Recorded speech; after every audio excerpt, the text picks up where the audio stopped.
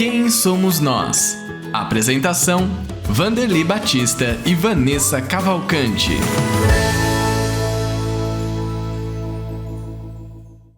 Olá, seja muito bem-vindo e muito bem-vinda ao programa Quem Somos Nós, que é transmitido pela rede Boa Nova de Rádio, pela TV Mundo Maior, emissoras da FEAL, Fundação Espírita André Luiz. Sempre estamos aqui com os nossos convidados que compartilham conosco as suas histórias, experiências, conquistas e seus desafios também.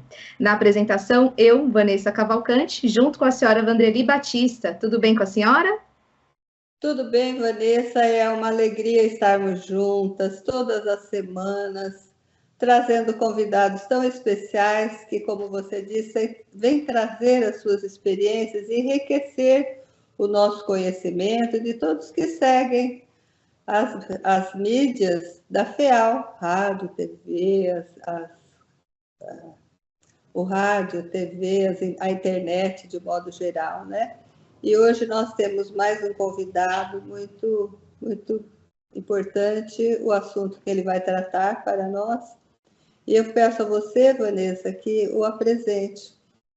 Vamos lá, então, trazendo aqui como tema do nosso programa esse assunto tão importante, como a senhora bem lembrou, que é a fisiatria na unidade de longa permanência das Casas André Luiz. Para isso, nosso convidado está aqui, ele que é doutor, médico, fisiatra na unidade de longa permanência, né, das Casas André Luiz, doutor Otávio Augusto Bagatini, seja muito bem-vindo, tudo bem?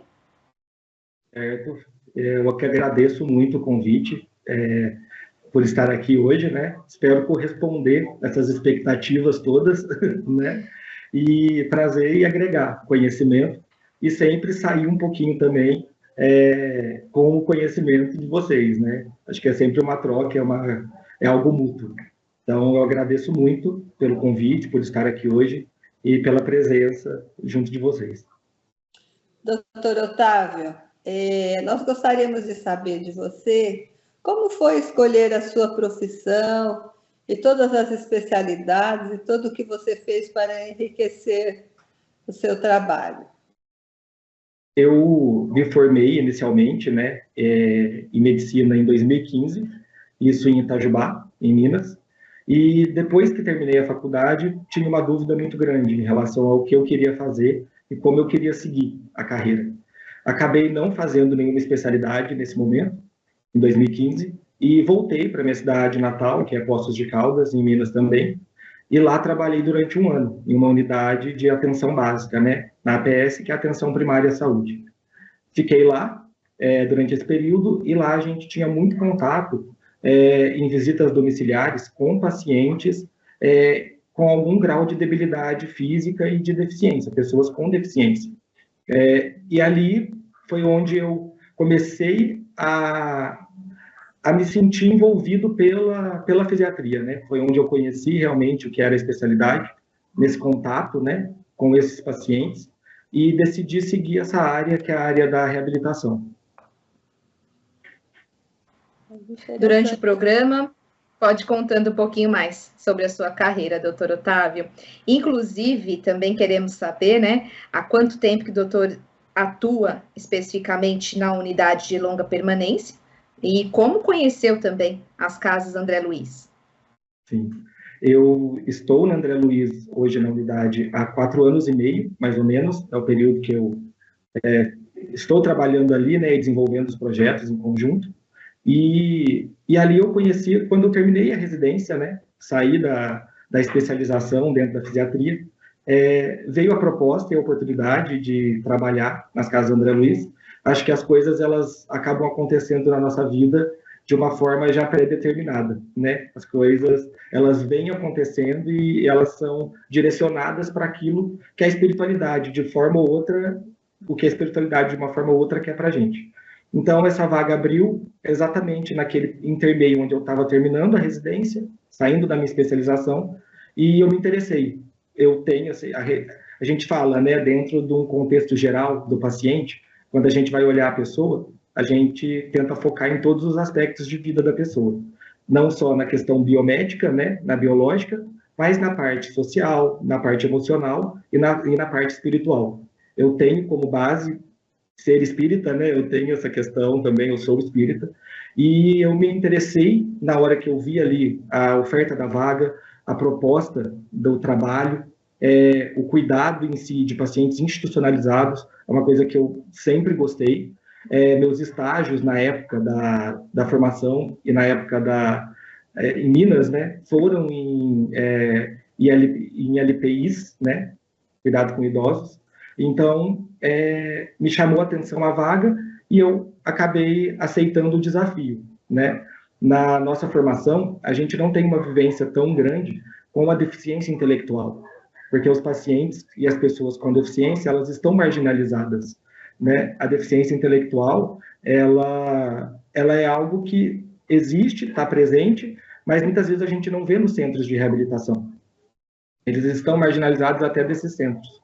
Então, quando eu entrei em contato ali com a reabilitação dentro da André Luiz, dentro do Instituto ali, e a vivência com a deficiência intelectual, foi quando realmente eu consegui expandir muito do meu conhecimento e aprender muito com eles, né? A gente ali é uma troca contínua, eu aprendo demais com os pacientes que estão ali. É verdade, um trabalho muito bonito de equipe, né, doutor Otávio, que existe Sim. nas casas André Luiz, para atender esses nossos queridos irmãos que nasceram com tantas dificuldades, né, com tantos desafios. Voltando um pouquinho ao tema do nosso programa, gostaria de saber assim, um pouco o que é assim, a fisiatria, essa área da medicina, e que casos ela pode ser aplicada. A fisiatria, ela é o apelido, vamos dizer assim, da medicina física e reabilitação, que é a área de especialidade médica, né? Ela surgiu basicamente e teve ascensão na época do pós-Segunda Guerra Mundial, onde os soldados retornavam da Segunda Guerra e estavam debilitados, né? Estavam amputados, estavam com algum grau de tetraplegia, paralisia, hemiplegia, traumas crânioencefálicos. E aí, ali, viu-se a necessidade de focar num programa de reabilitação e de ganho de funcionalidade. Ela é uma especialidade relativamente nova. No Brasil, ela começou a se desenvolver e começou a ter mais aparência, vamos dizer assim, a partir da década de 60. E ela é a especialidade que foca na funcionalidade. Então, a maioria dos aspectos biomédicos de cuidado em saúde, eles envolvem doenças base, né? O diagnóstico, ele é o diagnóstico de uma doença em si. Então, seja uma paralisia cerebral, seja uma esclerose múltipla, uma tetraplegia, uma lesão medular, um AVC, né, causando uma hemiplegia.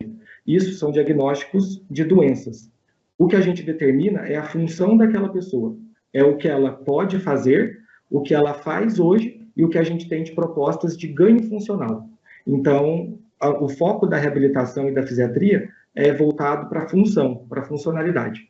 A gente, além disso, atua também nas questões de dor, então é um trabalho interdisciplinar voltado para contextos e aspectos de controle de sintoma, principalmente a dor, e medidas mesmo de adaptações e de retorno à atividade de vida e de independência, seja em atividade básica de vida diária, seja um paciente amputado com a colocação de uma prótese, seja uma órtese ou uma adaptação, para facilitar que um indivíduo pós-AVC, por exemplo, consiga ter a marcha com uma bengala ou com andador, consiga, mesmo tendo um membro paralisado, colocar a própria roupa, colocar a própria camisa, abotoar, né, seus botões através dos treinos e das adaptações, e trazer isso para o universo social, né? Trazer o paciente de volta à socialização.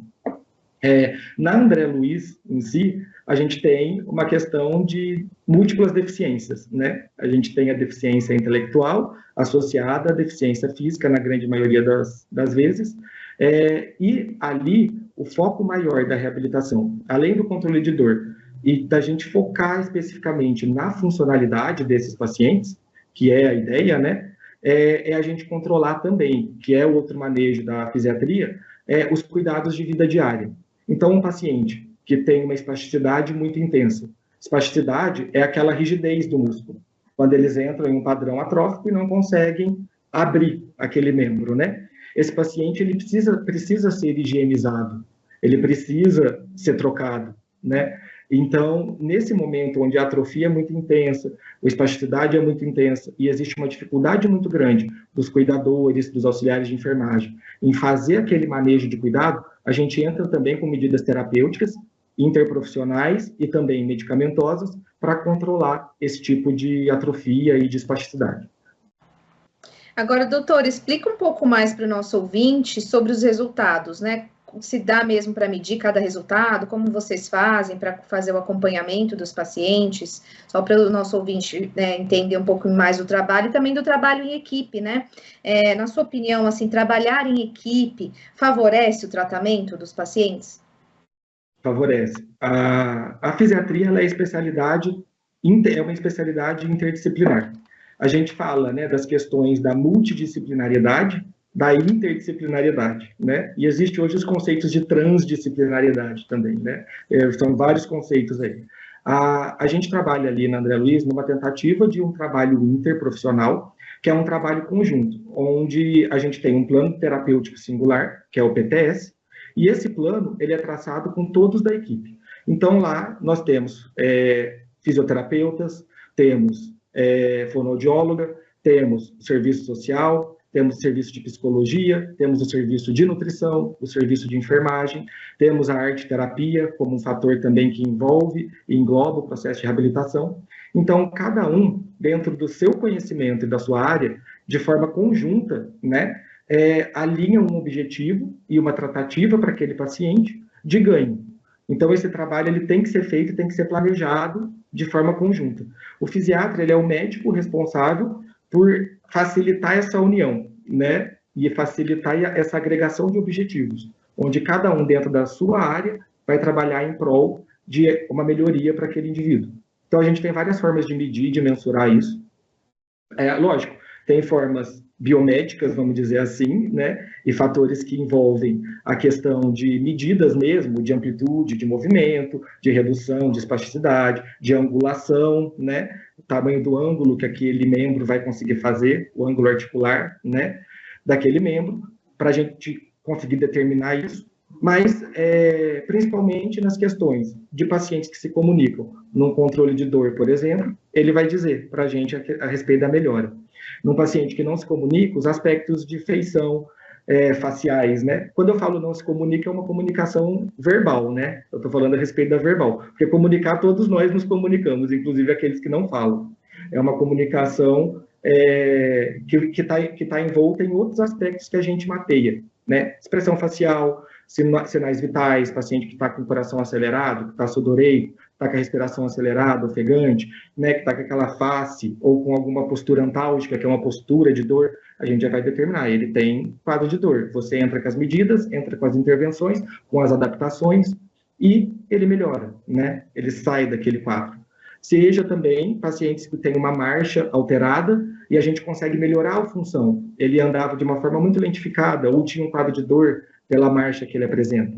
A gente faz uma adaptação de calçado, por exemplo, coloca um calçado um pouco maior que o outro, porque ele tem às vezes uma dismetria, um membro menor que o outro, coloca um andador, coloca uma palmilha adaptada, ou pede um sapato para pé neuropático, né, para poder facilitar esse andar e essa marcha, e no decorrer do dia a gente vai vendo como ele se movimenta melhor, como ele para de se queixar de dores, como ele consegue melhorar sua função e chegar mais rápido aos lugares, e às vezes ter acesso a pontos da instituição que antes aquele indivíduo ele não tinha, né? Aquele paciente não conseguia chegar.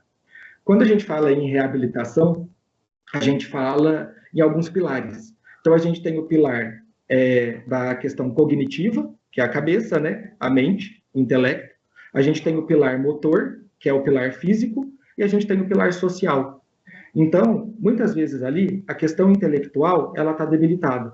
Mas para a gente conseguir determinar que um indivíduo, ele está reabilitado, a gente precisa ter 2 dos 3.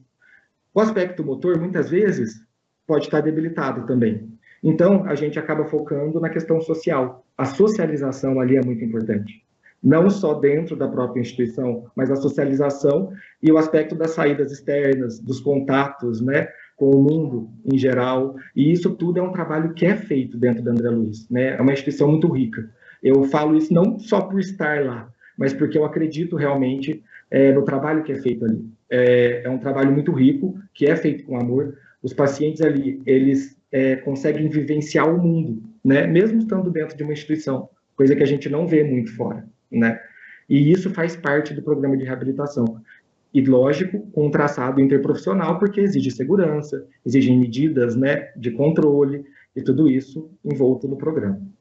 Sabe, doutor Otávio, você falando isso, a gente vê uma coisa comum das pessoas que trabalham ali, e a gente como voluntário também da casa, no contato com os pacientes, como eles amam, como eles são agradecidos à instituição. E é uma coisa espontânea, não é que a gente está forçando a eles falar, eles vêm e falam, e passam, né, pela comunicação alternativa. Sempre isso, muito carinho pelos profissionais e por todos que estão aí ajudando mesmo, porque a situação deles já é dolorosa, mas eles são felizes, né? Uma pessoa com deficiência mental e uma pessoa não, assim, com o cognitivo já melhorado, qual a diferença entre trabalhar com um e com o outro? A pessoa que tem uma deficiência mental, ele muitas vezes, lógico, depende do grau de deficiência e do grau da incapacidade dele, ele não consegue seguir os comandos específicos que muitas vezes são necessários dentro de um programa de reabilitação. O indivíduo que tem um intelecto preservado, né, o cognitivo dele é preservado, ele consegue seguir de uma forma mais determinada e mais metodológica esse tipo de orientação. Então, numa fisioterapia, por exemplo, a gente precisa trabalhar fortalecimento de ombro, vou dar um exemplo, né? O indivíduo que entende, ele vai poder seguir comandos específicos para o fortalecimento daquela estrutura. Então, vai pegar o peso, né, que é o halter, vai fazer um movimento específico para poder ganhar aquele tipo de função. O paciente que tem uma deficiência intelectual, muitas vezes, ele não consegue seguir esse tipo de comando. Então, a gente tem que usar de formas lúdicas para fazer ele entender o que a gente quer, seguir aquele comando que a gente está propondo, mas sem ser comandando, né? Então, a gente usa de música, de palma, de bastões e brinquedos, porque às vezes a gente pede, levanta o braço, a pessoa com cognitivo preservado levanta. Aquele que não tem, não vai levantar. Para a gente forçar isso, né, de uma forma lúdica, a gente usa desses atributos de jogos, brincadeiras, música, palma e brinquedos, né, para fazer com que ele se movimente. Isso falando a respeito da reabilitação física, né, e do ganho de força, que é um trabalho que a gente tenta fazer muito ali, né. Os pacientes da instituição, eles são pacientes que estão entrando num processo de senilidade, né, então eles estão envelhecendo hoje. Eles estão, na sua grande maioria, já na terceira fase, né, da vida, vamos dizer assim. Então, é nesse momento que a gente tem que priorizar essa questão do fortalecimento, da mobilização, da retirada do leito, da sedestação, que é o fato de sentar, né, não ficar deitado, de conseguir ganhar mais mobilidade, mais função, até para evitar problemas, como as escaras, que são as lesões por pressão, como as pneumonias, né, secundárias, a ficar muito tempo, às vezes, parado e deitado, e outras patologias que envolvem o processo de envelhecimento.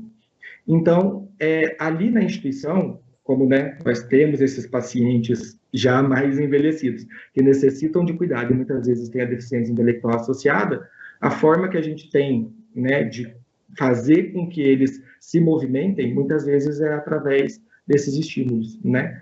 Uma coisa que me chama muito a atenção, vamos dizer assim, dentro do André Luiz, e que diz sobre o cuidado que a instituição tem, os pacientes com paralisia cerebral, que são hoje a grande maioria dos pacientes que estão ali na instituição, eles muitas vezes têm uma expectativa ou uma esperança de vida muito mais baixa, né, do que a esperança ou expectativa de vida das pessoas sem deficiência, pessoas que não têm essa patologia.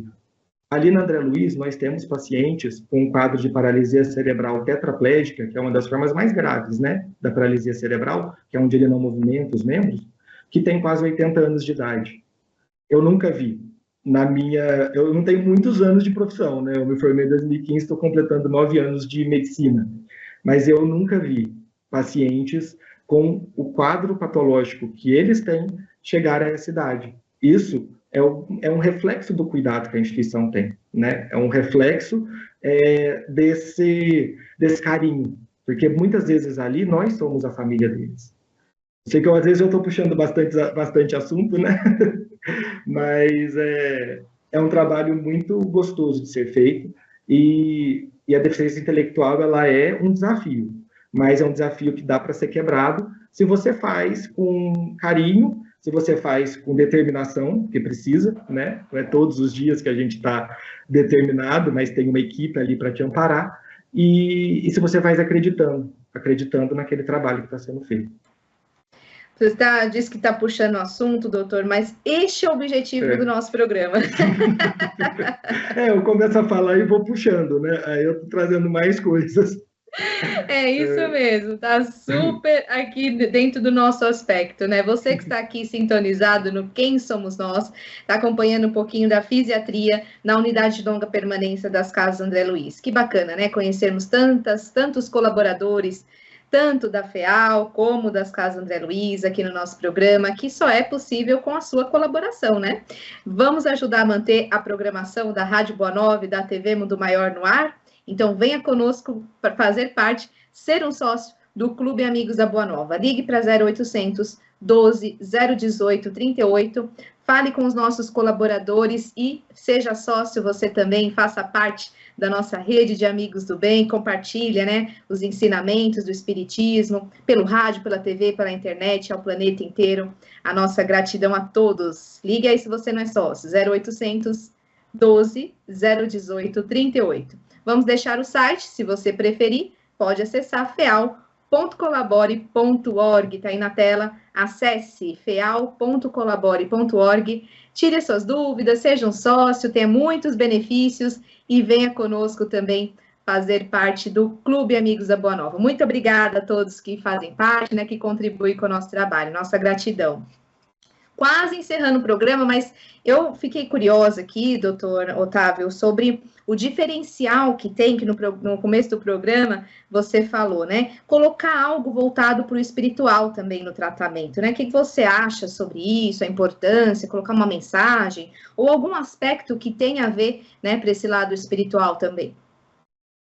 Sim, eu acho, eu acho que é o ponto, né? Quando a gente vai tratar do ser em sua multidisciplinariedade e o ser na multidimensão que ele é, né? A espiritualidade, hoje eu vejo ela não como religiosidade. A gente difere, né, esses aspectos do que é religião e do que é espiritualidade. A espiritualidade, ao meu ver, é a forma que a pessoa encontra de transcender, né? De conseguir encontrar essa transcendência e se encaixar, né? E ter uma crença ou uma fé. Quando a gente atua dentro de uma instituição com pacientes e com pessoas que carregam, né, traços de vida, lógico, dentro das crenças espíritas, né, que são crenças que eu carrego, traços de vida tão, muitas vezes, desafiadores e sofredores, né, quando a gente aborda a espiritualidade dentro do processo terapêutico, seja apenas com palavras, seja com um sorriso ou com cuidado, né, não só nisso, mas com um passe que tem, às vezes, né, dentro da instituição, o CEP, que é o cuidado espiritual aos pacientes, as atividades que hoje tem dentro da instituição, que envolvem o Reiki, que envolvem outras terapias, que trabalham esse aspecto e essa organização espiritual, a melhora ela é mais global, né? A gente consegue atrelar coisas que são biomédicas, vamos dizer assim, que são ciência, e questões que fazem parte da alma, né? A alma, ela faz parte do ser. Então, você tratar as duas coisas em conjunto é tratar de uma forma integral, né? Eu acho que essa é a grande questão. Olha, infelizmente não temos mais tempo, mas que bacana, que bom encerrar dessa forma, viu? Adorei. E eu agradeço muito, muito vocês, de verdade, por essa oportunidade, foi muito gostoso. Delícia, maravilha. Está convidado a voltar aqui mais vezes. Obrigada por participar. Parabéns pelo seu trabalho. Sucesso para vocês. Obrigado, viu? A nossa gratidão. Gratidão a toda a equipe aqui da FEAL, né? É muito bom estar aqui em mais um Quem Somos Nós. Obrigada ao Henrique, a Thaís na produção, o Rogério na Geração Rádio e TV, e nós agradecemos a toda a equipe da Fundação Espírita André Luiz. Você que está na sintonia, continue aí ligado na Rede Boa Nova de Rádio e na TV Mundo Maior. Até o próximo, Sra. Vanderly. Até lá e obrigada, doutor Otávio, por tudo que você falou, porque aqueles que ajudam a instituição ficam sabendo o que acontece na instituição no seu dia a dia. Um grande abraço e parabéns mesmo pelo seu trabalho de toda a equipe da ULP. Obrigado, um grande abraço.